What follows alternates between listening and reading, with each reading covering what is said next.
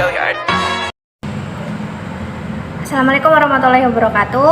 Perkenalkan, kami dari kelompok 2 dengan anggota yang pertama Arin Larasati, yang kedua Liana Sriwulandari, yang ketiga Nur Alia Widodo, dan yang keempat Septaria Ratungga akan mempresentasikan hasil diskusi kami dengan judul Sistem Pengendalian Manajemen Sektor Publik.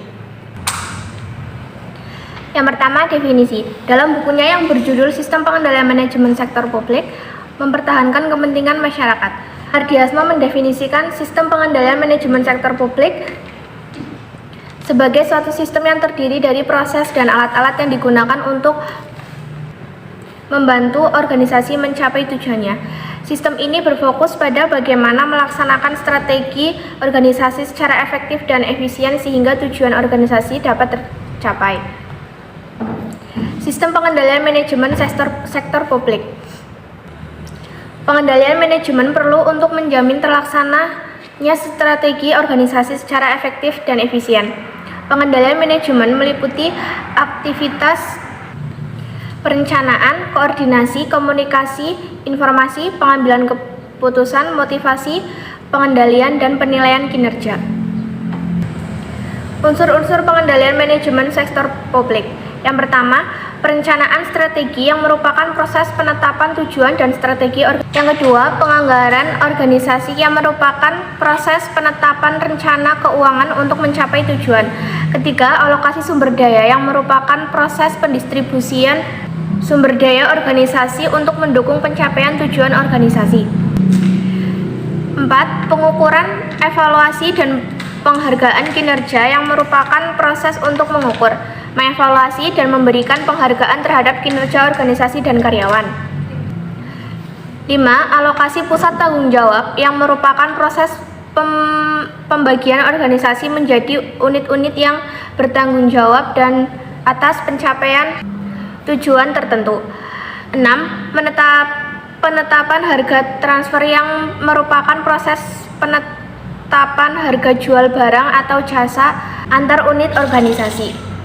Selanjutnya ada karakteristik sistem pengendalian manajemen sektor publik. Yang pertama ada tujuan sektor publik. Tujuan sektor publik lebih luas daripada sektor swasta. Tujuan organisasi sektor publik tidak hanya untuk menghasilkan keuntungan, tetapi juga memberikan pelayanan kepada masyarakat. Kemudian ada batasan anggaran. Batasan anggaran yang dihadapi oleh organisasi sektor publik lebih ketat daripada organisasi sektor swasta. Untuk selanjutnya ada ketergantungan pada peraturan yang dihadapi organisasi sektor publik lebih tinggi daripada organisasi sektor swasta. Selanjutnya ada proses perencanaan dan pengendalian manajerial organisasi sektor publik.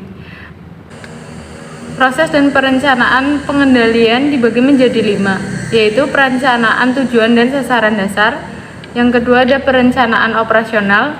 Yang ketiga ada penganggaran. Yang keempat ada pengendalian dan pengukuran. Yang kelima ada pelaporan, analisa, dan umpan balik. Selanjutnya ada tipe pengendalian manajemen. Tipe pengendalian manajemen dibagi menjadi 3, yaitu preventive control, operational control, dan yang terakhir pengendalian kinerja. Kemudian untuk selanjutnya adalah proses pengendalian manajemen sektor publik. Dalam proses pengendalian ini dilakukan dengan 2 cara, yaitu formal dan informal. Untuk yang formal ada perumusan strategis, perencanaan strategis, penganggaran, dan operasional, evaluasi kinerja. Kemudian untuk yang informal ada pertemuan informal, diskusi, dan komunikasi langsung.